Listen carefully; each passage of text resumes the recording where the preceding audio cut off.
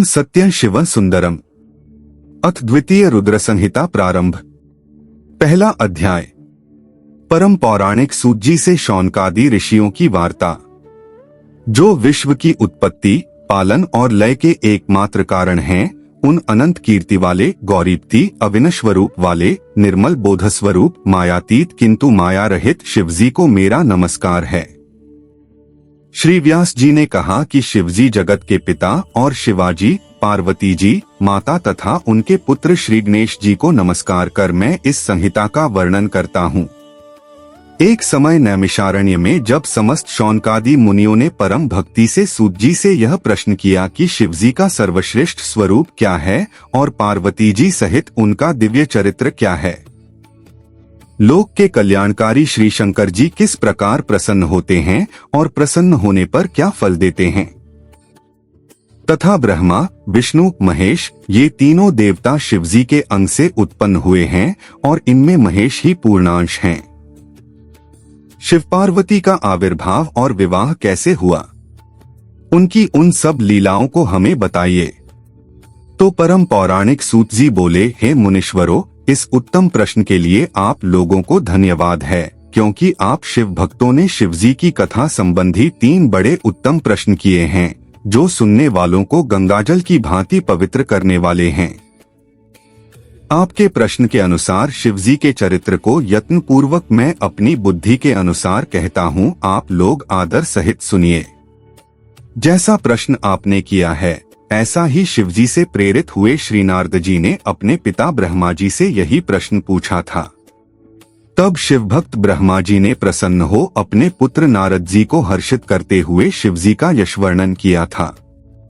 श्री व्यास जी कहते हैं कि जब सूत जी ने ऐसा कहा तो उनके इस वाक्य को सुनकर वे सब ब्राह्मण कुतूहल सहित उस संवाद को इस प्रकार पूछने लगे कि हे सूत जी, हे महाभाग, हे शिव भक्तों में उत्तम बुद्धि वाले, यह ब्रह्मा और नारद जी का संवाद कब हुआ था, जिसमें भवबंधन से छुड़ाने वाली भगवान शिव की लीला वर्णित है। हे तात, उनके प्रश्न के अनुसार ही हमें वह सब प्रेम से सुनाइए। इति श्री शिव महापुराण द्वितीय रुद्र संहिता का पहला अध्याय समाप्त। 1। दूसरा अध्याय। शिवजी की काम विजय।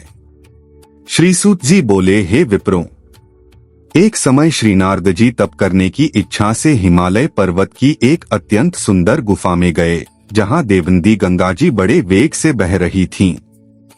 वहां रहकर मुनिश्रेष्ठ नारद जी ने बहुत काल तक तप किया और जिसमें उन्होंने मौन होकर ब्रह्मा को समाधिस्थ होकर ब्रह्म साक्षात्कार करने वाले विधान को प्राप्त किया।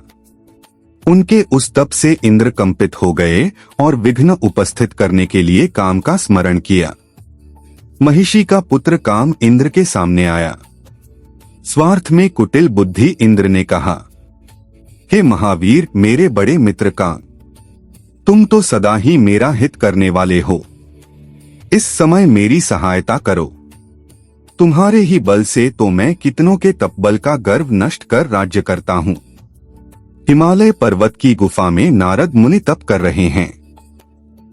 वे मन में शिवजी को धारण किए अचल समाधिस्थ हैं।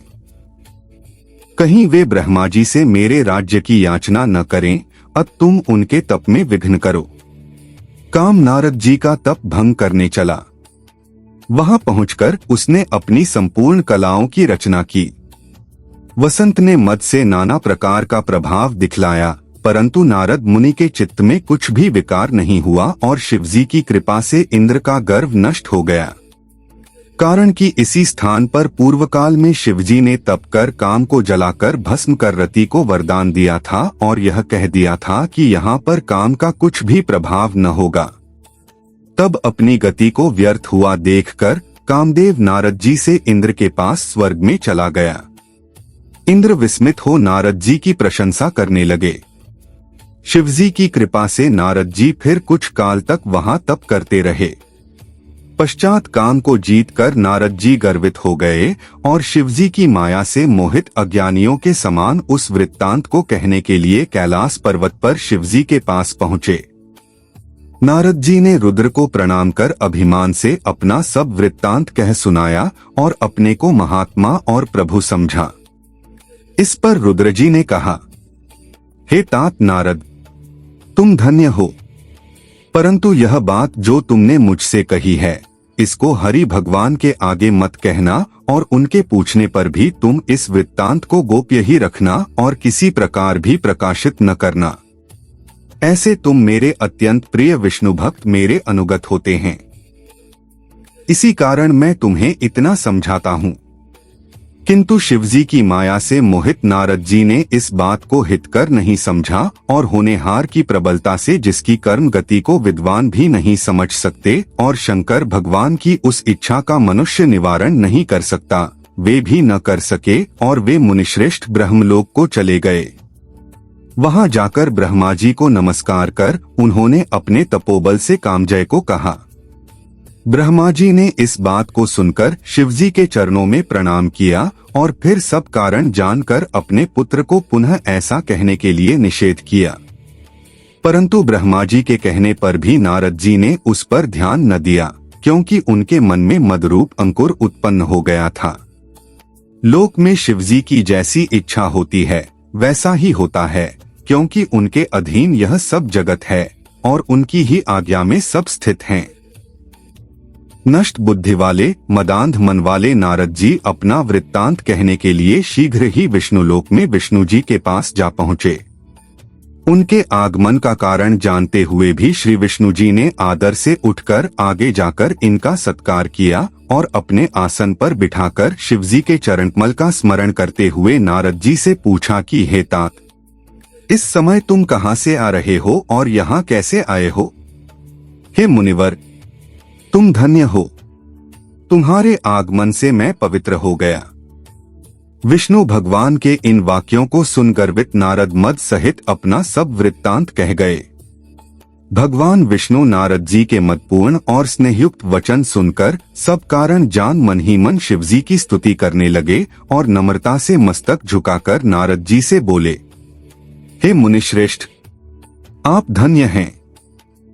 हे मुने, काम मोहादिक तो उनको सताते हैं जिनके हृदय में तीनों देवताओं की भक्ति नहीं है, परंतु आप तो नैष्ठिक ब्रह्मचारी और सर्वदा ज्ञान वैराग्य वाले हैं, फिर आपको काम विकार कैसे हो सकता है? आप तो जन्म से ही विकार रहित और सुंदर बुद्धि वाले हैं। मुनिश्रेष्ठ नारद ने भगवान के इन वचनों को सुनकर हृदय में उन्हें नमस्कार किया और हंसकर भगवान से बोले, हे स्वामिन, यह सब आपकी कृपा है। ऐसा कहकर हरि को प्रणाम कर वे इच्छानुसार स्थान को चले गए। इति श्री शिव महापुराण द्वितीय रुद्र संहिता का दूसरा अध्याय समाप्त।